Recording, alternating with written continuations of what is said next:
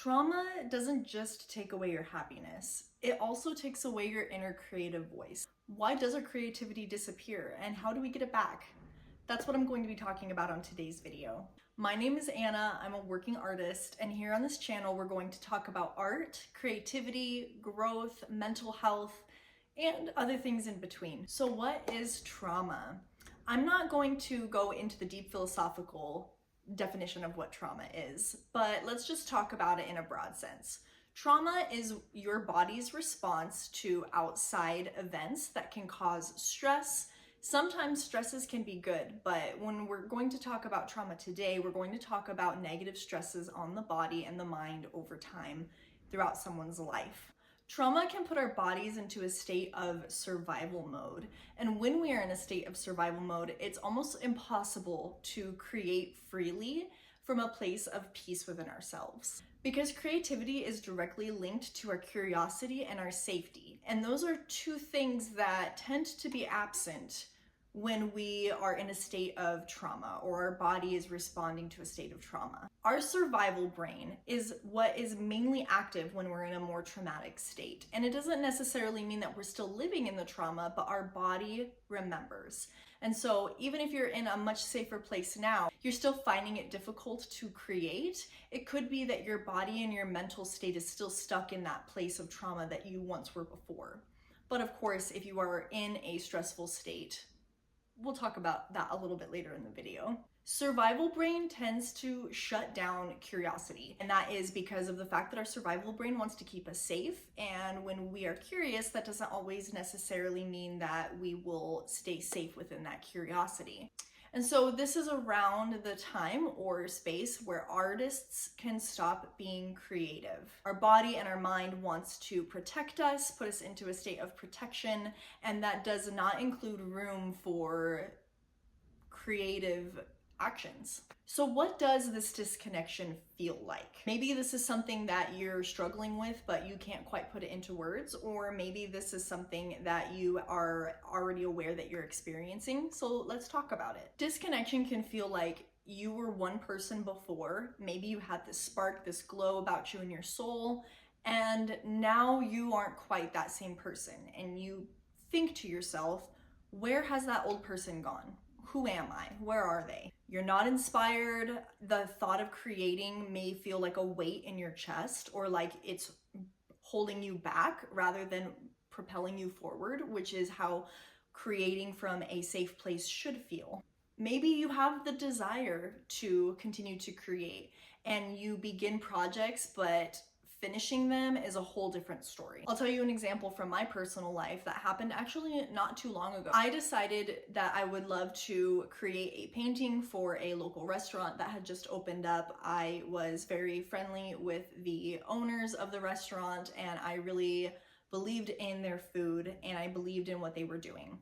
And so I offered to do a live painting, a plein air, a still life, directly from products that they were selling in their bakery. And it was a beautiful setup, it was a beautiful piece, but I was unable to finish it. It sat for months, and to this day, they still have this painting, and they ended up actually taking the painting with it being unfinished and hanging it still in their restaurant, which was a really sweet gesture for them to do.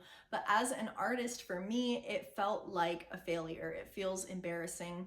Now, this is a piece of my story that I'm going to take with me, and now I'm sure that piece, because of the significance behind it, will have more value with it remaining unfinished.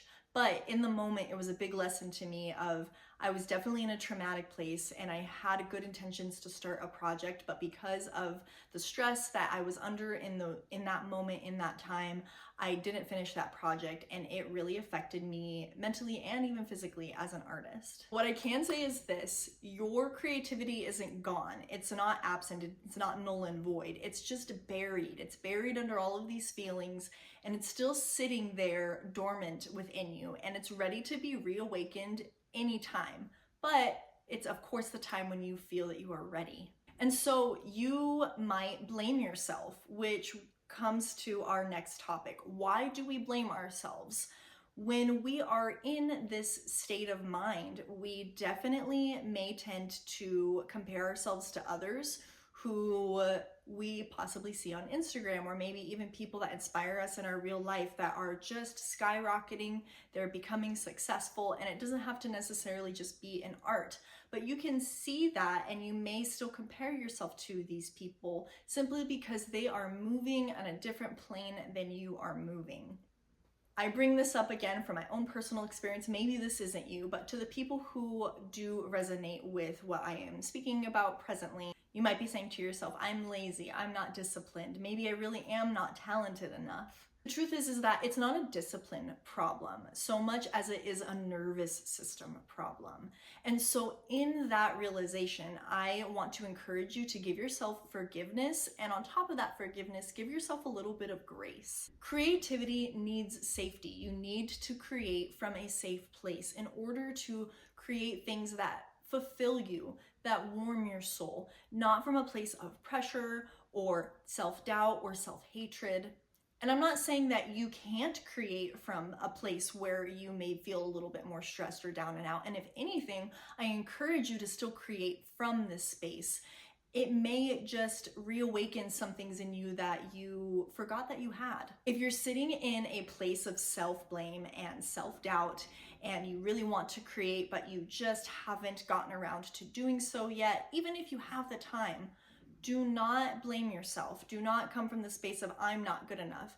Come from a place of forgiveness and say to your body and say to your mind, I am not quite safe enough. I don't feel quite safe enough to create from a place of peace and create from a space that I know that I can cultivate work that truly I love and I feel inspired by, because of the fact that my body is in a state that's not allowing me to do so. And so in that, I forgive myself, and I'm going to give myself the time and the space that I need to heal and to come to a more peaceful place to create. And that brings us to ask, well then how does that creativity return? Well, you could probably guess that getting yourself to a safer space, releasing traumas, and however that looks like for you, whatever feels healthy for you, everybody's on their own different journey, they're on their own different path. But get yourself to a creative space that is safe and peaceful. And now you may be in a situation that is very sensitive. It's not something that you can easily escape. And for that, I'm so sorry to hear about, but I wanted to tell you this. I want to encourage you to find peaceful moments for yourself, even if it's at work, at your office space, at your desk, and it could be a stressful day, but you just have the opportunity to just breathe, even if it's just for a minute or two. Set up a small picture of something that brings you peace and escape there when you can, if you can't afford a vacation. And I know that all of this sounds very cliche, but the thing is that I've learned throughout my life, and this isn't just as an artist, but this is as someone who's gone through a lot. You have the power and the ability to create those little happy moments for yourself, but you have to put in the effort to do so. Not every day, not every moment, but in the moments where it truly matters. Remember yourself, practice that mindfulness. If you are unable to get yourself to a place that is safe for you to create.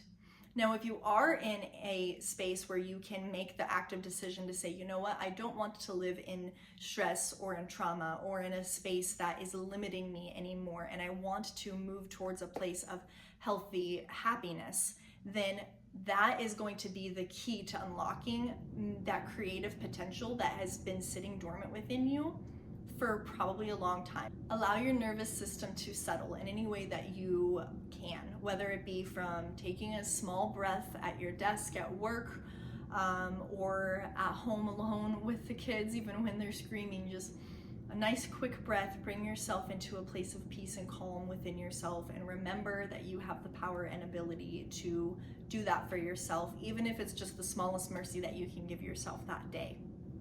If you are in a place where you can get yourself into a healthier state, I encourage you to do so however that looks for you. This may just be the key to unlocking that creativity dormancy that has been sitting within you. Once your nervous system can settle, your creativity will return. It will definitely return. And find those creative sparks in the small things, those weird little ideas that may just hit you randomly throughout the day, but then maybe you shoot down because you're not quite in that creative space yet.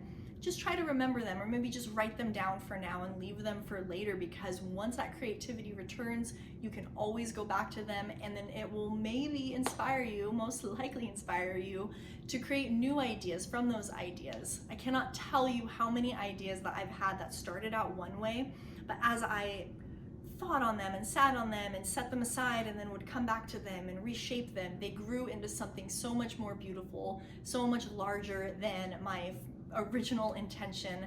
And it's just a wonderful journey of learning when it comes to coming back to that creative space. So something to look forward to as well. You're going to start with small sparks. Creativity isn't just going to come to you through divine intervention and all of a sudden you are this person anew, like you're transforming like a superhero or Sailor Moon. Creativity will come back in little ways, small sparks. You might get the desire to do a little doodle on your notepad at work one day for 5 minutes. Or you may have a really cool creative idea that just hits you all of a sudden and it creates warmth within you. And you want to remember that idea, so you hold on to it. Maybe it's you feeling like you want to go after work one day and finally buy a new art supply that you've been thinking about for a long time, but you just decided I'm not going to get to doing it for a very long time, so why even bother?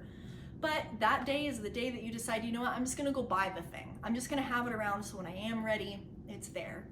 That is how that creativity returns, and when you start feeling those little sparks, act on them. Once you do come back to that creative space and you feel like your creativity can flow more freely, more peacefully, let yourself create poorly. Don't let every single piece be a work of art, a work of perfection. Perfectionism can also kill your creativity, which is something that I'm going to talk about in another video.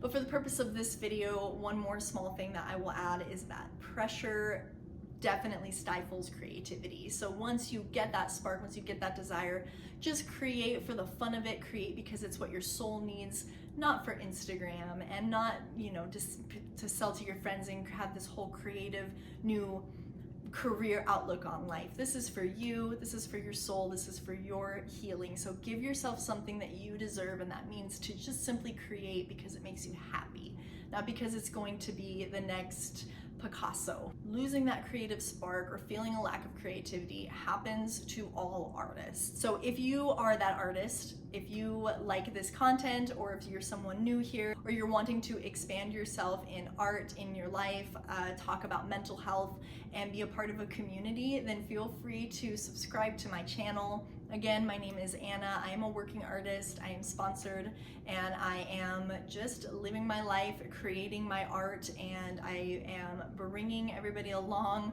with me on the journey as I speak my thoughts and give my words of wisdom. So thank you so much for being here. Thank you for watching this video. I look forward to seeing you all again soon and getting to know you along the way. All right, see you later, YouTube. Bye.